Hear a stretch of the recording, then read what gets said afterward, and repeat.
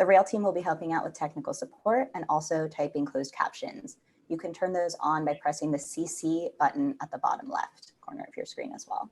Also, if you want to take a moment to introduce yourself and where you're tuning in from in the chat, that would be lovely. And please feel free to use the chat function to interact with each other throughout the event. Finally, I do want to note that the Brooklyn Rail stands in solidarity with the uprising unfolding across the country following the murders of George Floyd, Breonna Taylor, Tony McDade, Nina Pop, David McAtee, James Scurlock, Jamel Floyd, Ahmaud Arbery, Rayshard Brooks, Bria Milton, Dominique Fells, and Toyin Salau, and in response to generations of structural violence against Black communities. Black Lives Matter, and we will continue to support those fighting for this truth. Before I introduce today's readers and Vincent, we'd like to begin with a brief moment of silence.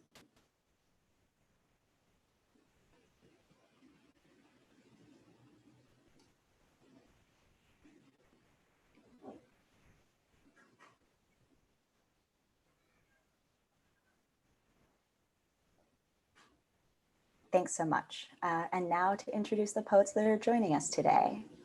Norma Cole. Hi, Norma. So glad to have you here again. Is a poet, translator, and visual artist living in San Francisco. Sophia, can we try to pin Norma up on the screen? I'm not sure. Here, yeah, here's Norma. Hi, welcome, Norma. Her most recent book of poetry is Fate News, and a book of drawings called, very aptly, Drawings, is coming out from further other books works this year. Next, we have Kyle DeCuyan. Kyle has also been on the New Social Environment before. Hey, Kyle, good to see you. He's the executive director of the Poetry Project at St. Mark's, and recent writing is in ambit, the offing, and social text. Next, we have Elaine Eckley. Hi, Elaine. You should be coming up on the screen any moment now. Hi. Hey, Elaine is the author of many books, including Ripple Effect, New and Selected Poems, and most recently, The Intangibles from Coffee House Press. She teaches at NYU and in the MFA program in creative writing at the New School. Hi, Elaine. So happy you can be here. Next, we have Jensen Olin. Hey, Jensen. How you doing? Jensen's the author of 5 books, the 2 most recent being Blue Collar Holiday with Larry Rivers, and also Hold Tight, the Truck Darling Poems from Hanging Loose. He currently lives alone in the woods of a rural town in New England. Hope you are entertaining yourself up there, Jensen. Next is Jennifer Moxley. Hey, Jennifer. Jennifer's most recent collection is Druthers from Flood. Her book, The Open Secret, also from Flood, won the 2015 William Carlos Williams Award and was a finalist for the Kingsley Tufts Award. She's a professor of poetry and poetics at the University of Maine. Then we have Patricia Spears Jones. Hey, Patricia, love the art behind you. Patricia is a poet, educator, and author of 4 poetry collections, most recently A Lucent Fire, New and Selected Poems, and 4 chapbooks. Mabou Mines produced Song of New York, What Women Do When Men Sit Knitting, and Mother. Poets and Writers awarded her the Jackson Poetry Prize in 2017. So glad you could be here today, Patricia. Then finally, I will introduce Vincent. Vincent is the author of poetry collections Southness and Swimming Home, and of the book of translations, The Complete Elegies of Sextus Propertius, which won a National Translation Award from the American Literary Translators Association. He is the editor of Black Mountain College Experiment in Art, and his writing on contemporary art and poetry has appeared in publications such as Apollo, Art in America, Art News, The Rail, and the Poetry Project newsletter. Vincent lives in New York, and we're really excited to celebrate his most recent work, his most recent book, Broadway for Paul, which came out with Naffah in April. And I think this will be a really lovely sort of homage to New York City, a place I think many of us are missing and thinking of in this strange time. So without further ado, I will hand this over to Vincent. Vincent, you should be able. Yes, I think you're good to go. Thank you, Madeline. It's really a pleasure to be here, and especially in this context today with everything that's going on in the world with these very special people joining me. And I want to thank the Rail, first of all, Fong and Nick and Sophia and Charlie and everybody at the Rail for putting this together and proposing it and organizing it. And a special thank you to you, Madeline. Madeline is an amazing host who has really shepherded this process. And we're doing something, I think, a little unusual in that it's not just going to be a parade of artists doing their solos, although I have nothing against that. But we decided to take advantage of the technology instead of being the victim of it. And so the reading from Broadway for Paul is going to be the poems that the poets selected to read in the sequence in which they are in the book, and also which is also the chronological sequence of the poems. So looking forward to seeing how that works out. I also want to thank my incredible editor, Deborah Garrison, Josephine Cowles McGeehee, and Todd Portnowitz for their guidance and expertise in putting this book together.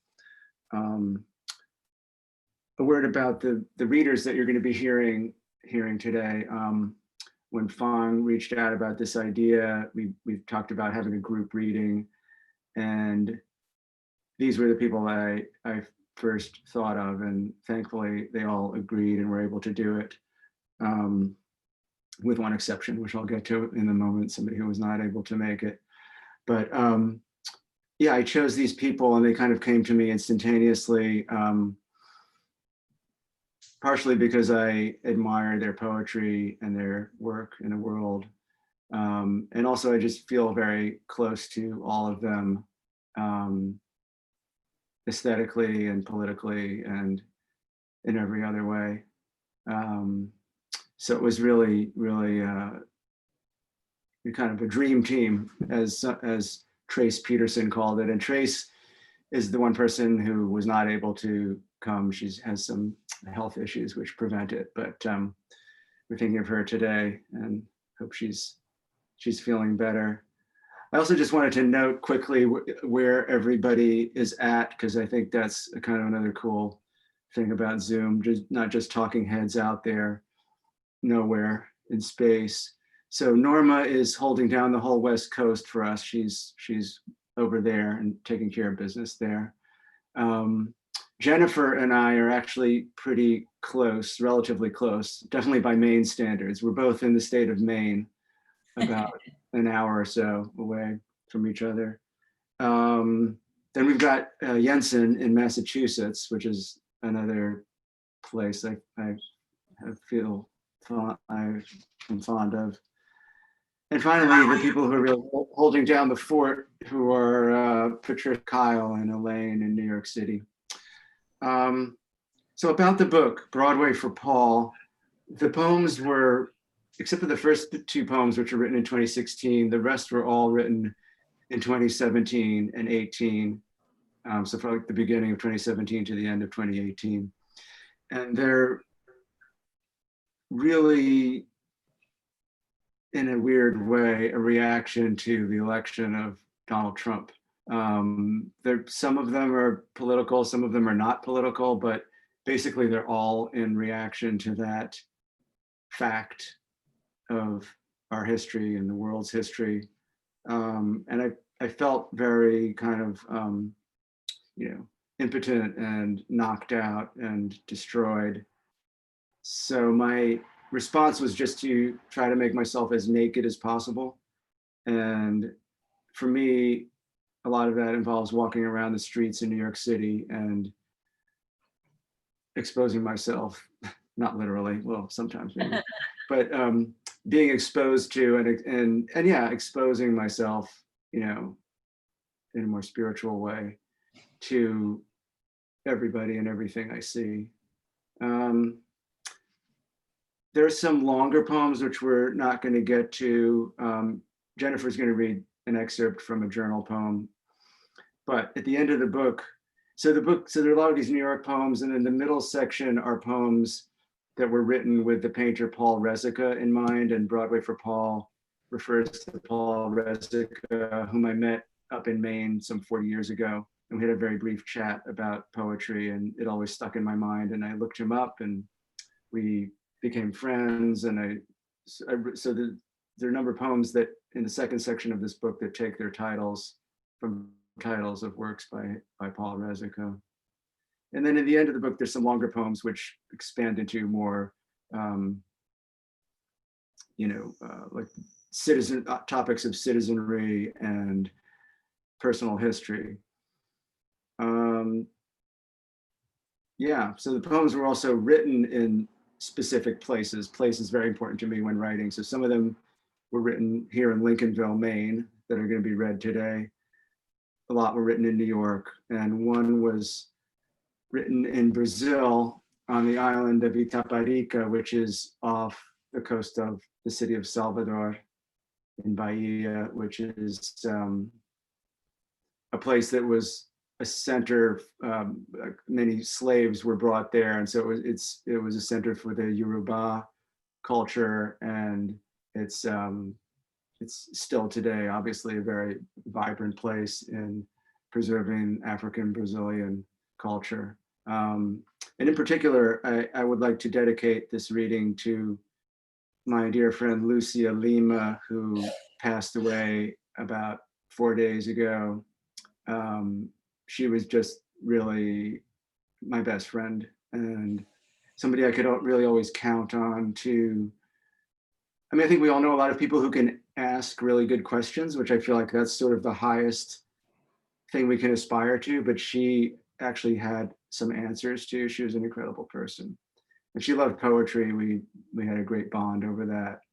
And in her last days, I would send her a lot of audios of the biography of Elizabeth Bishop and Frank O'Hara's poems and other poetry I was reading. So I'd like to dedicate today's reading to Lucia and also to Trace. And yeah, that's what I have to say. So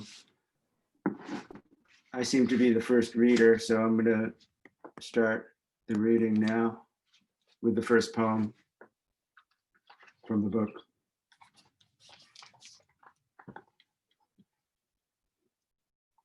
Between the Griffin and MetLife for Vivian. I'm totally enamored of every person passing in this unseasonably warm mid-March evening near 39th and Park. The young women, of course, with their lives in front of them, and the young men too, just standing here as I am, checking it out, hanging out, talking. But everyone here, every age, every type is beautiful. The moment, somehow the weather has made them all real. And for this moment, before it turns to night, they're all fantastic. The light is such that I can see everyone and can imagine what they are imagining for the night ahead, what dreams, what fulfilled fantasies of togetherness. And the two guys who were here a moment ago paused, have moved on, and the light is deepening every moment or so, actually falling into a deeper stupor, which is night. But if I look south, I still see the pink flush of desire there at the bottom, the southness of all our lives. And it's okay that it's darkening here. People accept it as they concoct plans for tonight, Thursday. Soon I'll have to go too, lose this spot, this moment. But some we've met and some experience we had somewhere else is becoming ever more important.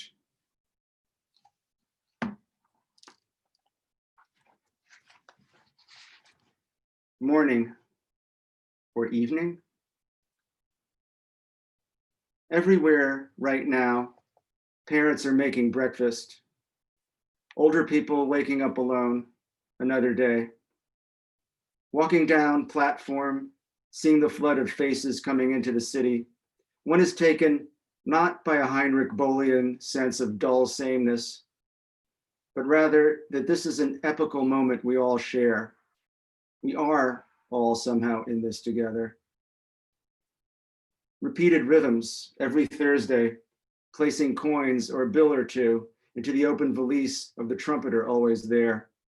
Grand Central he plays, and the lineage where that music flows from, where it is going, an undeniable story in our midst, woven into our fabric that none in their heart of hearts can deny.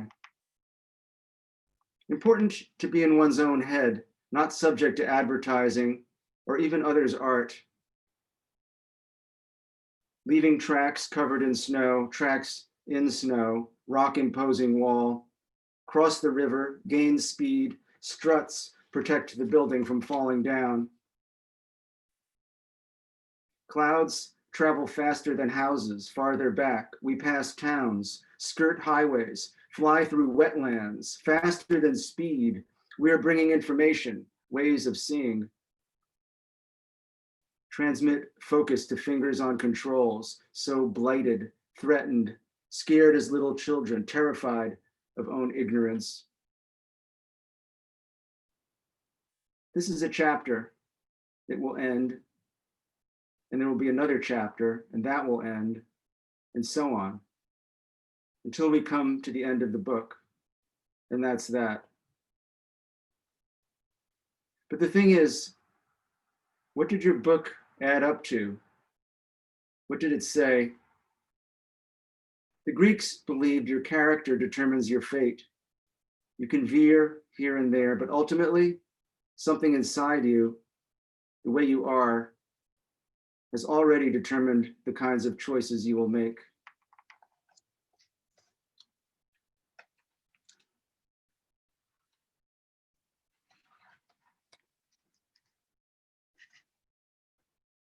Propensities. I am a human animal, and as such, have propensities. I travel the city and am drawn to certain sights and people. I have seen such a one ascend a stair, a vision from underground to air, and that is overwhelming. A vision I see ascend. I'm human in a city. Animal, I walk, make face, and yet I too am one.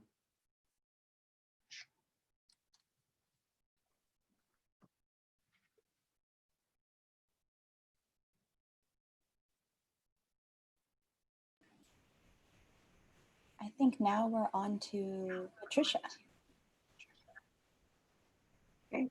Hello. I have the great pleasure of reading I Miss Burn Nicks.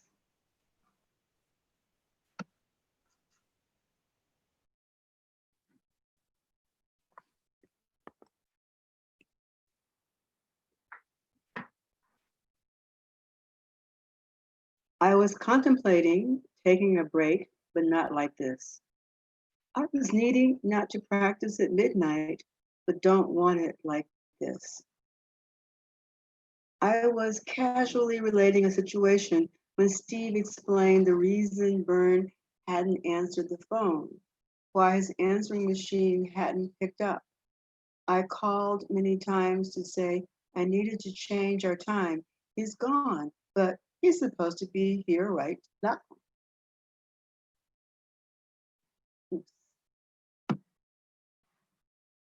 Now I need to worry that I don't have the energy to practice before going to bed. But I do. I'll keep that in me, respect for the instrument and myself. I'll keep going, go through the other books, but without him, here to show me the fingerings. He always sped me up, as though he knew he didn't have all the time in the world. A musician, he was always on time, sometimes early. I was going to ask to take a photo of him and me, his BC Smith acoustic. Music stand empty but for a pencil. Wit, determination, grit. Music book lies on the windowsill near the bed. One looks out at the carnage, city literally devouring itself. Guitar stand, also empty. Guitar in case. Another music book propped on other books. fiction, poetry, resistance, adolescence, all are one in this day. It is a day not of dread, but of wonder. There's my guitar, the guitar I used with Byrne. There in the photo, his guitar, the one he'd bring over, slowly unzipped from its case. We tuned. Let me hear your A, he'd say. Then that's pretty close. He taught me things. The guitar, you got to know the fretwork, what it takes, time. It's a mechanical thing. How hard it is to be a musician, he'd laugh. There's no gigs. He'd talk about Ornette, the early days. We thought we'd be on the radio. We thought we'd be stars on the radio. Again, the laugh. Always open, never bitter. All right, man. I'll see you next week.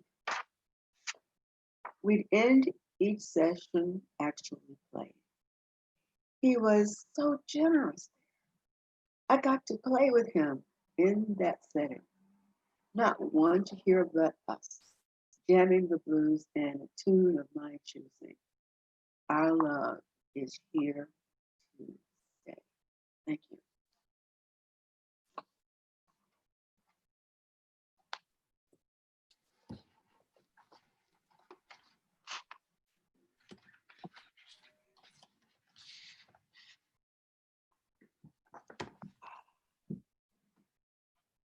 Broadway for Paul.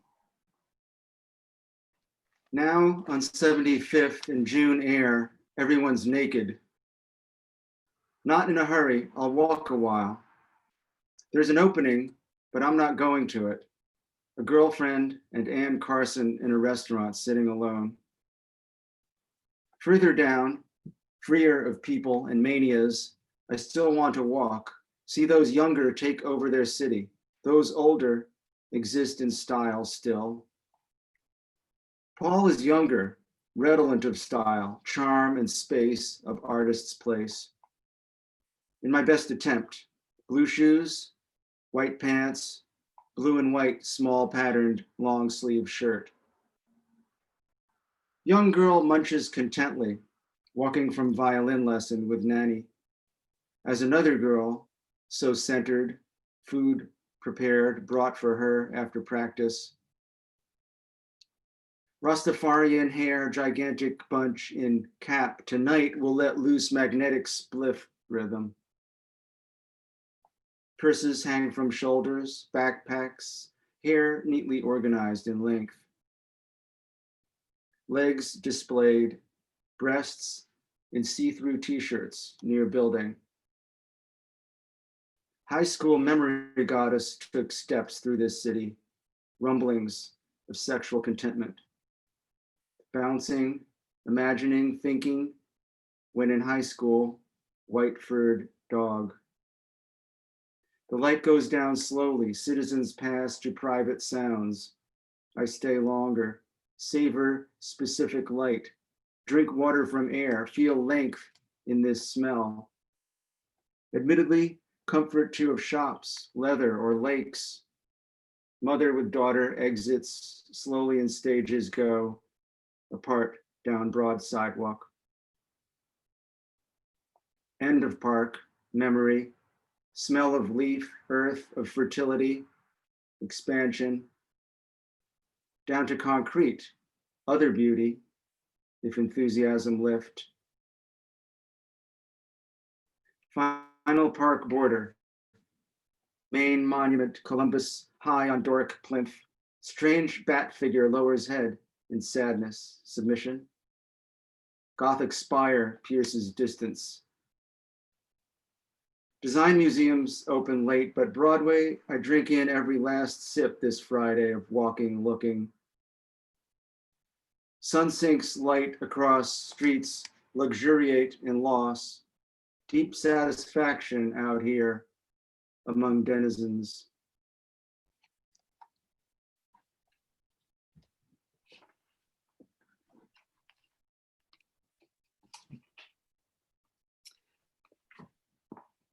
Hey there.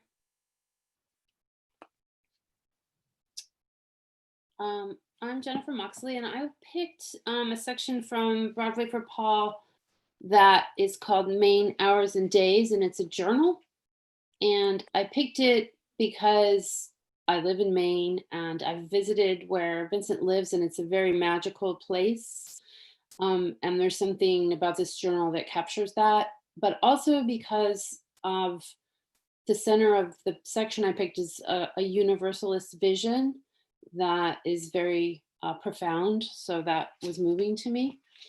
So I'm just going to read, and this is prose. So I'm just going to read a section from that.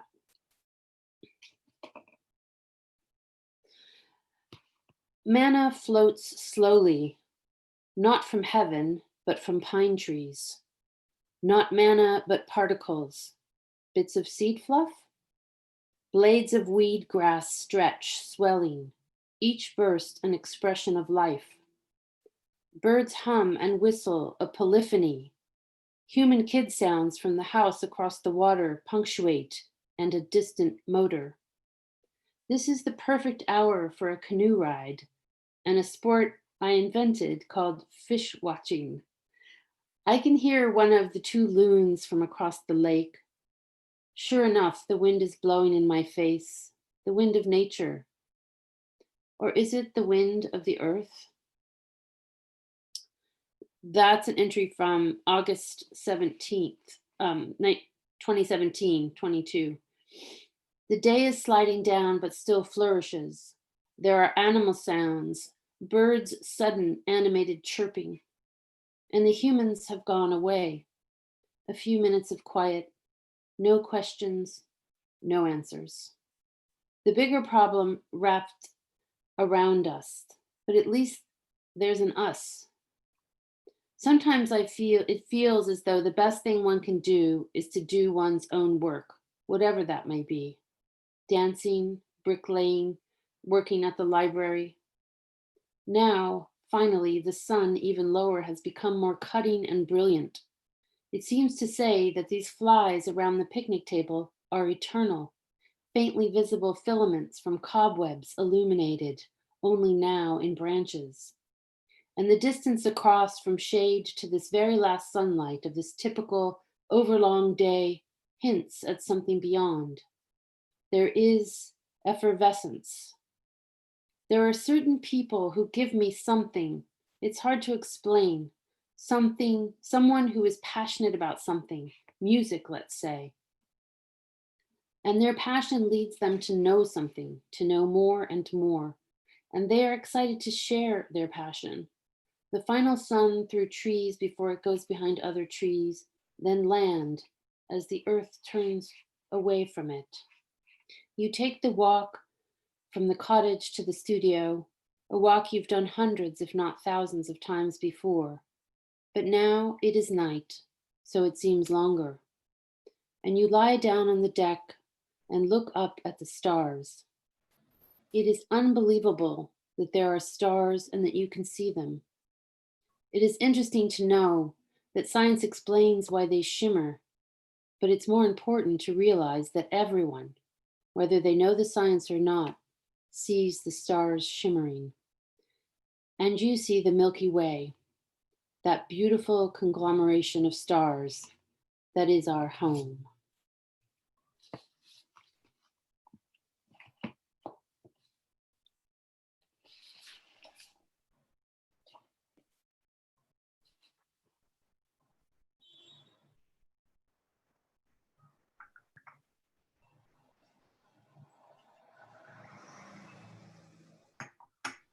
Thanks, Jennifer. We're ready for the. Elaine, you should be unmuted. Okay, here I am. So I'm Elaine Equi, and I'm going to be reading a poem called Four Notes, which is also from the section in Maine. And listening to Jennifer just read now, it seems very connected to the prose diary, only this is more haiku-like, so it's almost like haibun, like there was the prose version, and now this is a very condensed, concentrated, similar mood. So the poem is called Four Notes. It's four 4-line stanzas, and the lines are very short. There's only 2 or 3 words per line. So it's very, very intense and quietly intense. 1, abacus of wonder, delighted hand, freighted desire, time softening. 2, light squares, shadow crosses, shadow screens, evanescence. 3, softening square, light energy, still push into, water surface. 4, voices from across and far, tension, nothing, in flow, nature commands.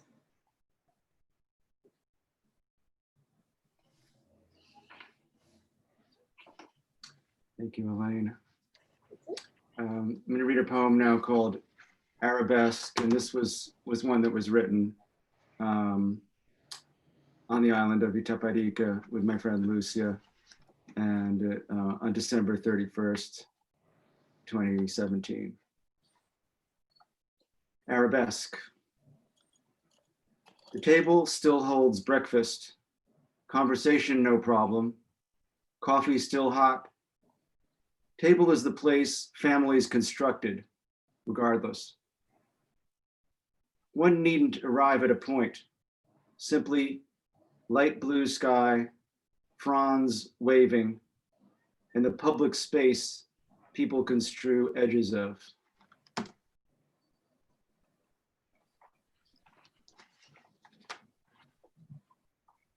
Conversation by the sea.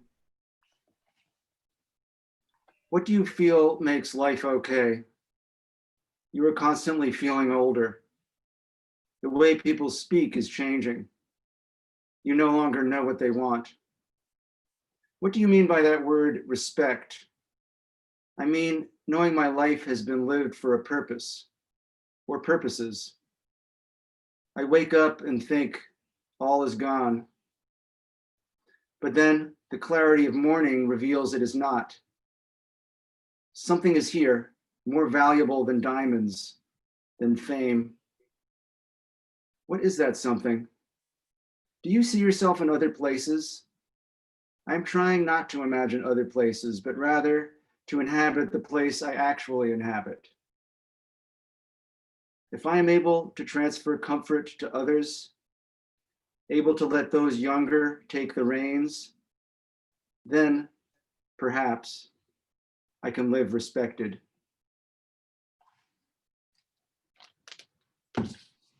Thank you, Vincent. Vincent wrote this poem on February 15th, 2018. I awfully love it. It's called Hotel Empire. The letters in neon burn into night's walking century.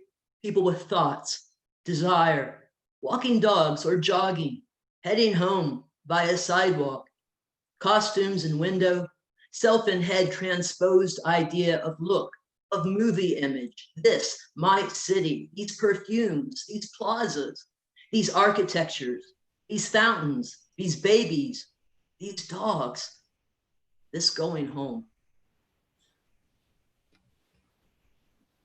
Thanks, Jensen. Thanks, Vincent and everyone. I love this book and Vincent's work because I think he has such a wonderful manner of observation. And I love the form of this reading as a kind of chorally presented event of the book, because it's sort of like the book itself is observing chorus, and now the chorus is speaking. This poem is Alone. They need crowds around them. I like to walk and see others in twos, groups, or single, all face the river at end of day. Boats and lights, skates, bikes go flying past. Two people understanding or people not understanding. Cities changing, building up. Music's changing, people too. They don't talk or think the same, but there's still desire and glee.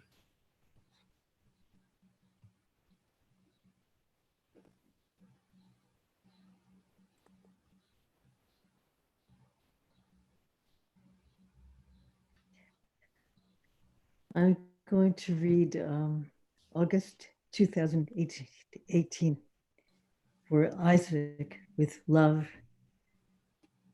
There's something about walking that makes you New York City always amenable, even as is 90 degrees of August.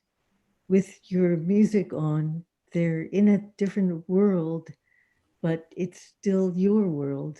A certain extended cuff, a fit of pants gives eternity its ever-present possibility.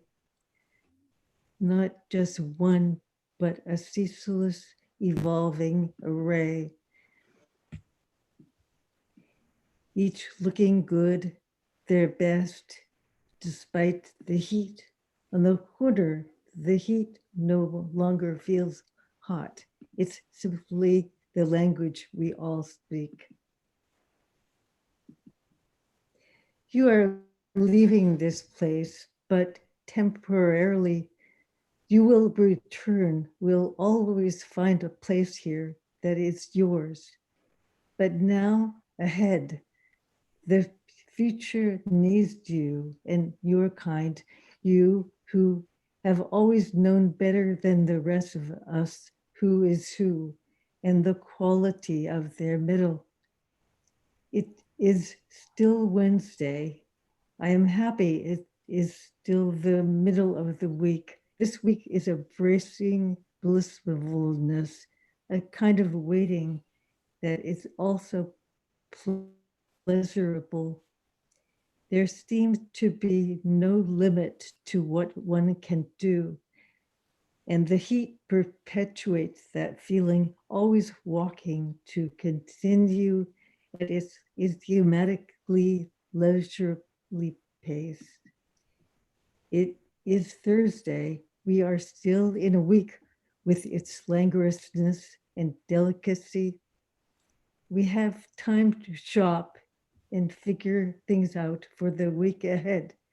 We have time to see our friends, have lunch, and you have time to go pick up your guitar from a shop.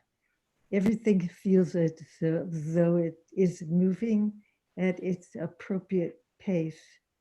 We are beginning to learn to live with everything that is happening. Friday, there's the beauty of experience, the things we don't do together, like shopping for college, and the things we do separately, you going to a party, me staying home and writing. Suddenly it's all exciting. There's the possibility of experience. Another day, look out the window, see the tree in the courtyard, the building behind, people starting the day, make a prayer. That's it. To find the beauty, the excitement, the possibility, it will all be good, even when it doesn't seem like it. Saturday night, out for a walk to friends in the rain. Sunday, the last day, the last night. There's no such thing as getting it right, except in life, there you can.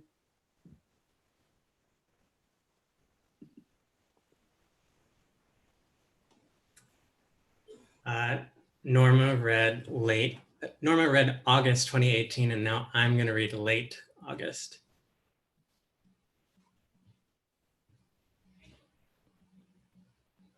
Late August.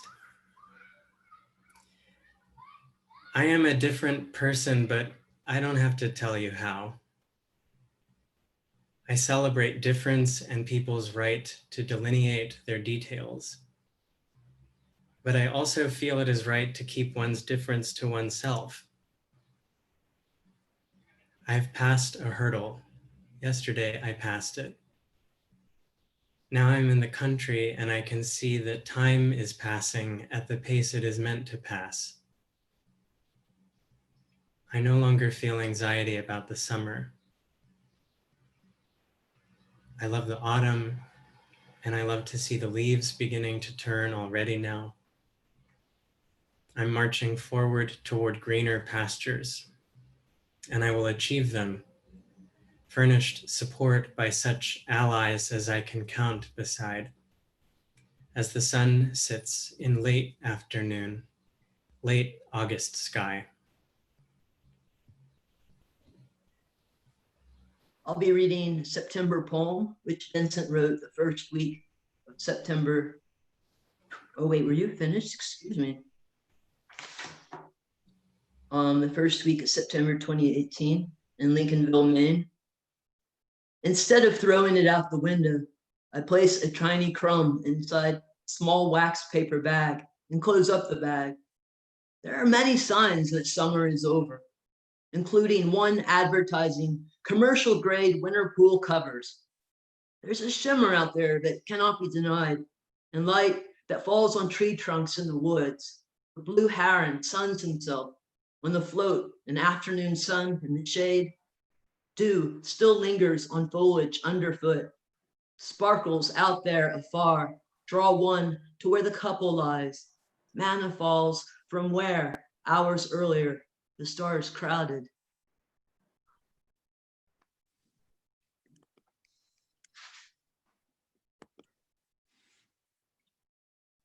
Hi, this is Patricia Jones, and I am going to be reading Nothing is Lost. And I gotta say this about this point. One of the things that we often think about in terms of Vincent's work is that it's a lot about seeing, but it's also about smelling. And scent is really strong in this poem. And it was written both in Maine and New York City. Nothing is lost. Not the keys with the GPS attached that is somehow not functioning.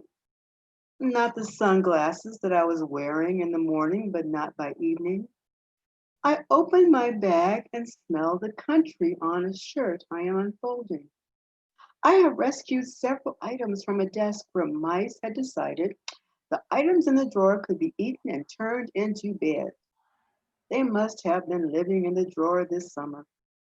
I looked in that drawer earlier in the summer as I was searching for a photograph of a long ago meeting over poetry with a friend. I didn't find it. But I reorganized everything in that drawer. Now I find the ends of a stack of letters eaten, destroyed. There are still bits of manna that float from the pine trees all day, every day, lying on my laptop's keyboard.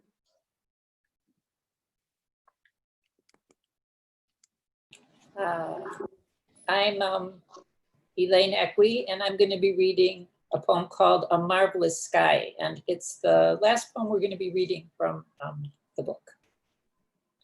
A Marvelous Sky. I don't need to buy any records, but there is a record store. I don't want to play chess, but there are still chess shops. I don't really want to pay for anything right now. The sky is blue, the air is warm, and youth is the tenor. Most people are not excited by their lives, but there's something in the air that might give them a lift. The younger they are, the easier it will be. But there is youth enough for everyone today. A side street provides protected solitude. Suddenly, music is in my ears again. Music reaches body, brain, and heart simultaneously. The ones one wants to reach are reached by music. Thank you.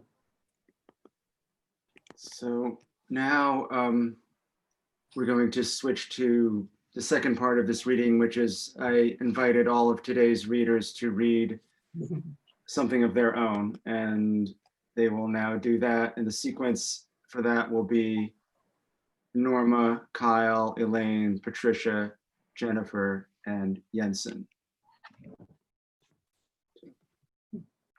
Please enjoy.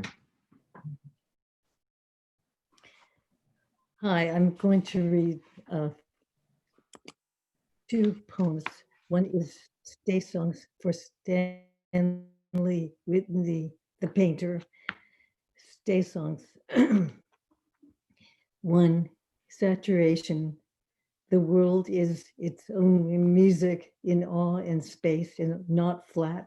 These dynamics of rising horizon. Remember the narrow looms scale, perspectival innuendos, subtle registration of touch. We live, listen, eye in the hand, mind in the eye of the hand. Two, rhythmic animation, shapes, shimmer, continents, fullness of measure, of range, vibrato, opening onto attention's staccato conditions, harmonics of time, of tone, of mind, in time of emotion, in mind of emotion, philology of paint, resistance, the retinal surface is paint, the working space where experience, mysterious, takes place. Three, motion captures color, its own musical dream of salt water and fresh water, colors that fall, that slow drag, an asymmetrical timeline, lost and found, structure emerging from these tonal and relational painted facts. Four, this way, world is point of departure. Painter's attention in time for the work. Resolutions need space. Open presence take place.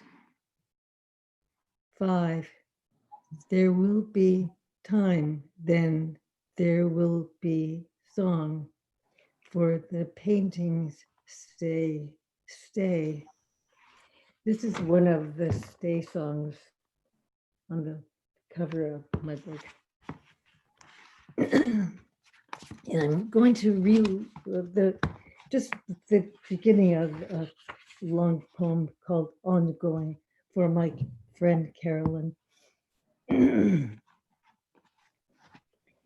Along the moraine in the Carolinian forest, maples had already begun to turn red. In those days, people wrote memory in books, not sticks, singing, sometimes I live in the country, sometimes I live in town, or in a dream life state. That's tiger to you, a big heat wave, many days remaining until the end of this year, walking the land, summer grass and spades full of earth, a rectangle, sun on it, just that. It's just that peridot is your birthstone, but your mystical Tibetan birthstone dating back over 1,000 years is diamond, adamas, unbreakable diamond, cuts through illusion, atoms, strong covalent bonding, no form, no fear, magma, eruption, compassion. Thank you.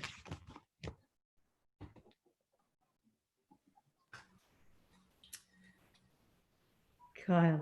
Thanks. I'm going to read two poems. And the first is Do Not Put. I am they, I am, I think. Not that I change, but see myself more clearly. The same vices and preoccupations, fear, insufficient language, or facility to be legible, but to whom? Grief in my sameness over time, holding onto knowledge, trying of the liquid parts of me. Too much pleasure wearies to the point of anhedonia.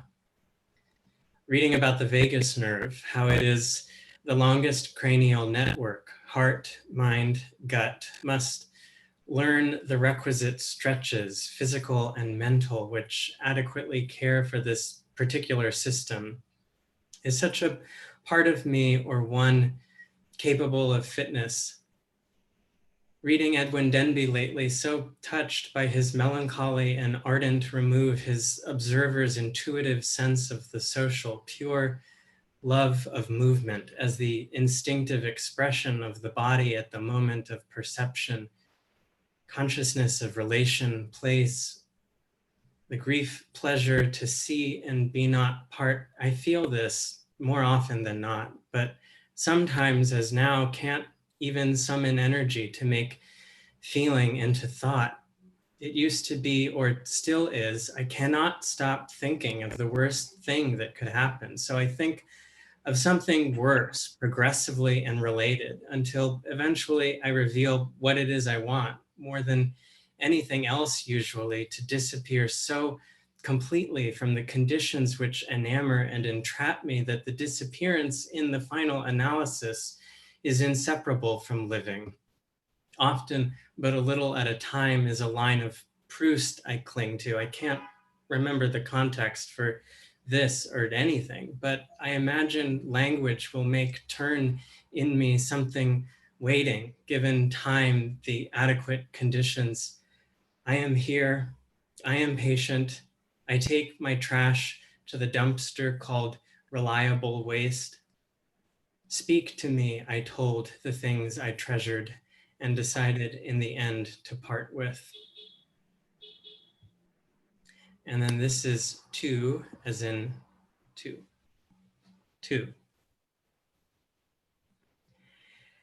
Ambidextrous man drawing in the subway, both hands shivering, the sticks of charcoal, a private masterpiece of seeing. The whole body shakes with observation, and the woman reading horoscopes from her phone, the majuscule wavering faith, sees the man, sees me, seeing we one another, shy but not too much to smile. Someone else I'd make sexy eye contact with gets off the stop before me, since most of what we do is what we don't.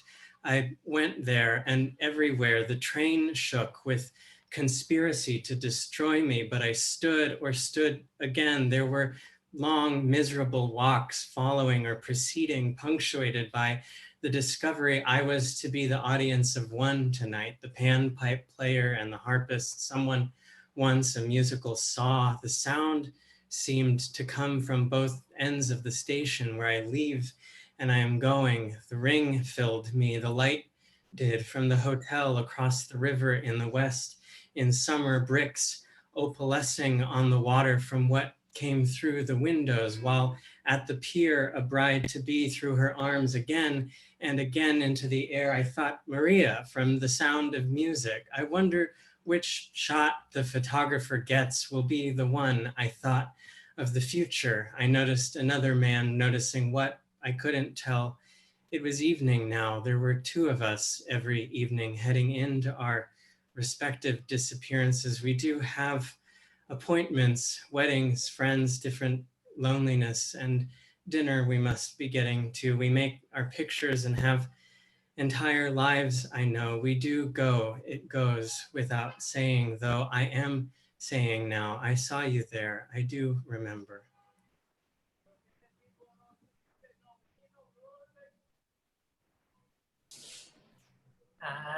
I'm going to read a poem called Alive with Myth. Can everyone hear? Oh, good. Okay. My poem is called Alive with Myth. It's dedicated to Vincent Katz. It was inspired by his brilliant translations of Sextus Propertius, and he's working on one now of Hesiod. And I'm always kind of envious that Vincent can immerse himself in these worlds where gods and goddesses are so present. And I wanted to question in this poem, do we have any equivalent to that? Is there any way that some of those vibrations still travel through to us? So here's my poem, Alive with Myth. A myth is more insistent than a rumor. It has a thick skin like the atmosphere of a planet. I've known Saturn's cold shoulder, Neptune and Vulcan's deluge and volcano, the watery fire of my father's temper, meant to be. Giddy Venus, Jupiter, always ready to place a bet. Gemini's good and evil twins gadding about the forest one can enter from any country, any century, spread out over time. I've seen how these old gods operate, push and pull us this way and that. Though distant, they are not dead, still whisper inaudible words of warning and good cheer. Thank you.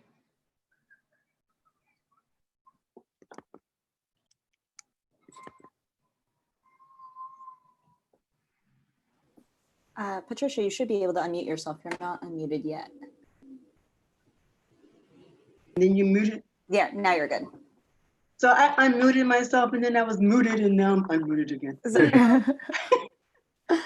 I want to really thank Vincent for for A, writing yet another book, and B, bringing us all together to celebrate him and to read poems and read his poems, which is fun. And the Brazilian connection is really intense. And so I'm going to read one poem I know he likes, and it actually was actually published in the Brooklyn Rail. Okay. Nice. All right. A couple of years ago. It's called Oh, That Brazilian Guy, and it has a fake epigram by me. Okay. All my real live love interests are dead. They are artists and Latino and dead, not an epigram. Oh, that Brazilian guy. And this is for Elio Ochichica, who was an amazing Brazilian artist, conceptual artist. I know he was gay, I don't care. You can desire anybody. And so there goes this particular poem. Did I ever see Elio walking some part East Village, curly-headed and densely packed with art and drugs and death's constant shadow? Was he on the corner off Avenue B and 10th Street drinking beer and ogling the pretty Puerto Rican girls? Was he ogling me? Or was he living in an abandoned warehouse, holding on to his pencil, pen, brush on paper, cardboard, found trash or garment district fabric offloaded by a gang out of the projects, whisking splatter of heroin, lost income, dropped dangling from a cup of bitches brew? Oh, how to speculate this mad Hendrix-loving artist movements in El Barrio, Loisaida, or was he uptown, Spanish Harlem, or on the west side, Greenwich Village, hanging with the drag queens early AM, everybody tired from the bars, the piers, the crumbling edifices, circa late 60s, early 70s, Nueva York. He was on a wild ride. The weed, his stash, the dazzled dreams of men who had survived torture, military repression, a bad economy, yet learned to take acid trips one day at a time. Oh, the love affairs we have with the myth of the what ifs and the drug paraphernalia. Oh, night seeker, ill-named, moon winds your direction home. Thus created this mixed up third world.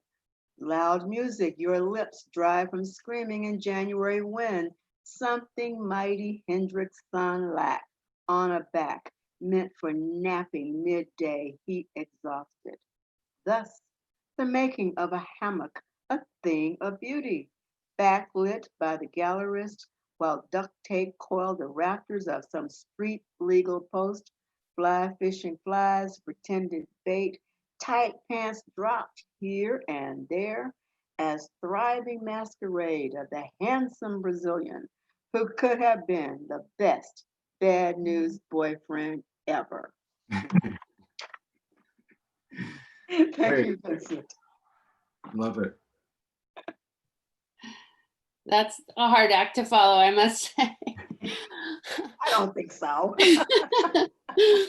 Well, I want to say it's been a pleasure, and it's been so great to hear everyone's work and to celebrate Vincent's wonderful book. And I also want to send you my sympathies, Vincent, for having lost your friend so recently. That's so horrible, and my sympathy to you. So I'm going to just read two poems, a very old one and a very new one. Sound okay? Okay, so this is from my very first book, Imagination Verses, and it's called Homeworld.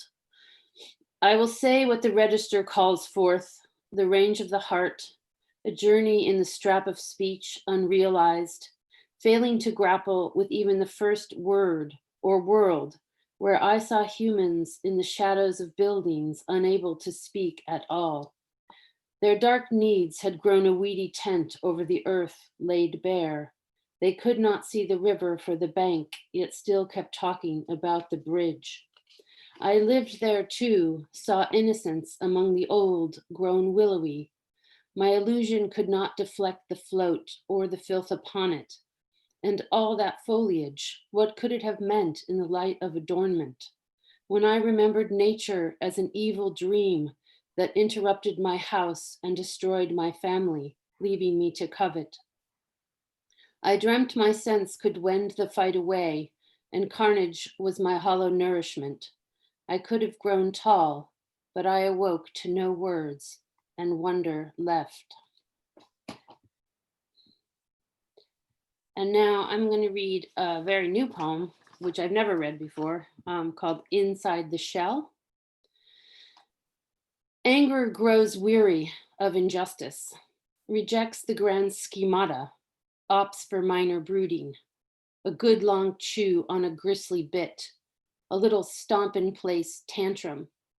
That's hunger, thinks anger, baffled at actors, utterly useless, and yet how riveting. The chaotic clock swooped middle youth into a grief-rift funnel, vacuumed up the darkness, and dropped it inside a mirror world of seductive museum whispers. Back then, death's tight embrace forced endless streams of winged words. That morbid grip was oh so sweet, and what a litter of pages. Sadness was so satisfying when the long tail of the future wagged so historical. Oh, to be remembered. Now things have changed. The bossy reel has bullied this skin just to the brink. The dissonant rattle of the hysterical lecture, the structural fantasias, solution gears, and oh so gritty history have grayed into the faintest echo. There is death everywhere, and yet I am happy, vividly. Anger watches foolishness and says, why bother? Fear is shrinking the oaks back down to their hard-thatched capped origins. Cruelty has decided to set up shop inside the rule of law. Inside the shell, we joke, write timor mortis across our mouths. Seriousness is betrothed to fear, blacks out the bedtime feels. The crack of dawn cannot resist nostalgia's last chance deals. In grave accounting, loss is taken to boxing death's big ears. Neither anger nor ambition can locate fledgling energies or time. A midnight moment lives past love's ending. The image complex widows the mind, then butterflies the breast. You awake, I awake in a hot sweat. You snore. There is solace in that the virus grants to the most ancient of lovers nearly adjacent deaths. Scaling bark entwines the gap between the beds of the ICU, new shoots of freshly cut green grass. From the antiseptic ambience of the contagious hospital, the nose has been sequestered. Inside the shell, the stagnant goals continue ungoaded. I saunter through the day, complacent with my cup of wine. My belly swells. My zeal licks exhaustion from the dew of my raisin lips. I think I'll nap. The fat bees stab at violets. The dandelion-pocked grub decimated grass. These colors know real purpose, feel the solace of being sucked. They are free from inhospitable striving. It is the minute we live for. Thank you. All of you that have been reading with us tonight, and all of you listening in, I was just thinking during this time, it's very soothing because it feels very intimate and incubatory, almost when like warm, like a buttery Norman Rockwell painting or Edward Hopper or something. I feel very safe. It feels like a safe reading, but it also feels very mystical and conversational, as though we like all have known each other for years, and I'm including the listeners. And that seems fitting with Vincent because one thing I've always really loved about your work, Vincent, is that your knack for combining the visceral with the vernacular. And to me, that seems seminal for poetry and for art as salvific. I'll be reading 2 poems. They're from an upcoming book. They're unpublished as of yet, but it's called The Hunger Notebook it's dedicated to David Wojnarowicz. Paranoid and metanoid. I feel in my bones a boy who wants to be beautiful. I feel this God who wants to love him, a puny loaf of light shining on him and his drowsy chaperone, making his goatee glisten with grace. Xanax by the fistful and these little pastel pills like some albino's pupils swish inside my cod white belly, igniting my flickering world so I can be lit, then faded. The taste of strawberry quick and weed on my lips hooks up with a connected dots version of the Lord, who is a young Messiah plowing leaky-hearted through sun-bathed fields of wheat. Still, you can't dismiss the saints of death coming for you, stealth, coming up, rasping, beating hard from a heat vent. Their strength bores me, so I tune them out, carry precious silence as a blood-filled egg over easy.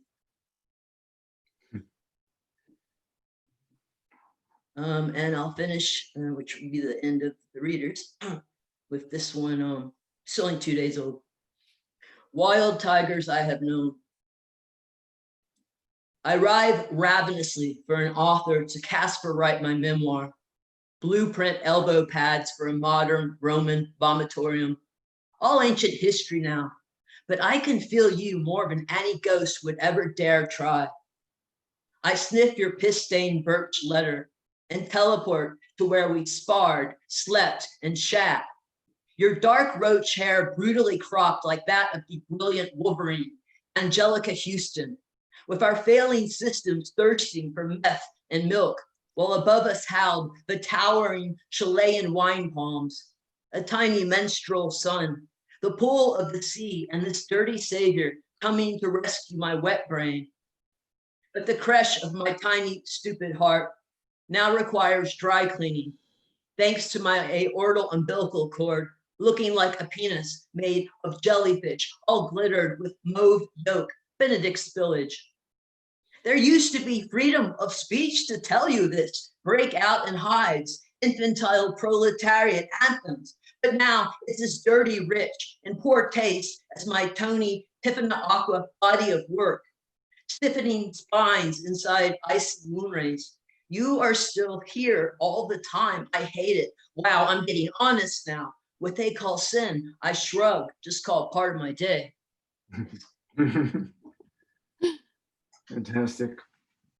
Wow, that was absolutely amazing. Vincent, I don't know if you want to cut in, but I'll just say I feel like totally bowled over by all of this. I feel like I miss the world, and I wish we could all be together. But this was just such a fantastic celebration of your book, Vincent, by such an amazing group of readers, and how lovely to hear people's individual work as well after. This is sort of like the ultimate chorus. Vincent, is there anything you want to jump in and say before we go to Fong? No, I just want to say thank you to all the readers. I love you. I love your poetry, and especially liked the last segment, hearing your own work, and it was all unexpected and thrilling. So thank you so much. This was so wonderful, but I know Fong wants to say something before we close. So Fong, you should be able to unmute yourself. Yes. What a magical gathering. What a magical reading. Considering, what we've been going through together in the last few months of this presidency first term, in addition to COVID-19 and Black Lives Matter, I recently came across a remark made by Karl Kraus, one of my favorite poet and critic. He says sometime in the 30s, and I am sure it's a direct reference to Hitler and Stalin. He say, the secret of the demagogue is to make himself as stupid as his audience so that they believe they are as clever as he. This simply means that the wealth of our language at the moment is being under attack, brutalized, vulgarized, butchered, among all the destructive impulses, all of which are one-dimensionally deployed, mobilized through speed. Speed is all the president has. Speed is his only means to create chaos, create fear and anxiety among us, for he gains his power in doing so. This is when we all know, we all realize slowness, apart from being forced by this to slow down by COVID, Mother Nature really. Slowness is our natural requirement for any form of creation. It takes time to write a poem. It takes time to listen to a poem. It takes time to appreciate a poem. It takes time to digest the power of the certainty of a poem. Unlike all the creative functions in the arts and humanity, such as painting, sculpture, music, dance, philosophy, literature, and so on, all of which also require similar slowness to create form and content.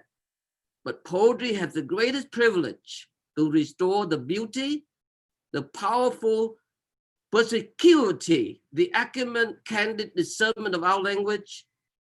As Baudelaire say, you can live 3 days without bread.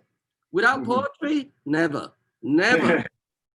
So we at the Rail team and our audience, have been so lucky to have a poem or two read every day at the end of our, new social environment lunchtime conversation, which we launched the day after Trump declared quarantine, that 15-day quarantine on Monday, March 16. We launched immediately the next day. We all feel everyday poetry restore our spirit, our dignity. So thank to you all for this beautiful reading. Thank you, Norma. Thank you, Elaine. Thank you, Patricia. Thank you, Jennifer. Thank you, Kyle. Thank you, Jensen. Thank you, Vincent. I think I better say thank you, Vincent. Thank I you. want to congratulate Vincent on this luminous publication, but I also, I am in debt to Vincent for having also kept the spirit of cross-pollination, of counterculture, our beloved counterculture alive without nostalgia, of course. I love his scholarly work on Black Mountain College, first published, I think published in 2002 and again in 2013 by MIT Press as a second edition, which I interviewed Vincent in the rail. You know, Black Mountain College was a guiding philosophy for the Brooklyn Rail since it was created in October 2000. So I pay a portion of that now to Vincent. So I would like to read one a poem entitled Museum Piece, written in maybe 1985. It was included in the now super rare book, Cabal Yellets, published by Francesco Clemente and Raymond Foy, a legendary Hanuman Books in 1988. Standing near, pondering a humanness of pain, reality of friends in skylight glow, the way they go from one to another city or countryside. So being here under a Asmolean sky brought another museum to mind. Child kneeling near shrub, nurse sweeping the trees, paint a civilization in front of brick and fence. Thank you, Vincent. Thank you all. Grazie mille. Lonely poetry. Hooray! Thank you, everyone. Everyone should have the ability to turn on their mics now if they'd like to say goodbye or just say hi. You all should be able to speak, should you want to. But thank you, everyone, so much for coming. We do this at 1 p.m. every day. Tomorrow we have a really exciting talk with the artist Julie Curtis and Jason Rosenfeld. That will be awesome. But we hope to see you all at some more conversations. And really, thank you, poets. Thank you, Vincent. This made my whole day. Thanks, everyone. It was great. Likewise. Thank you, everyone. Thanks all. Jerome. Thank you all. Thanks, Kyle. And Jennifer. Thanks, Elaine. Thank you. Vincent. Great readings. Nice choice, Fong. Thank you, Father. Thank you. Go, Madeline. This was fantastic, everyone. Thank you, Madeline, for all your work. Of course, thank you guys. This was like an absolute pleasure for me. So. Oh, Hey, thank you. Thank Thank you. Thank you.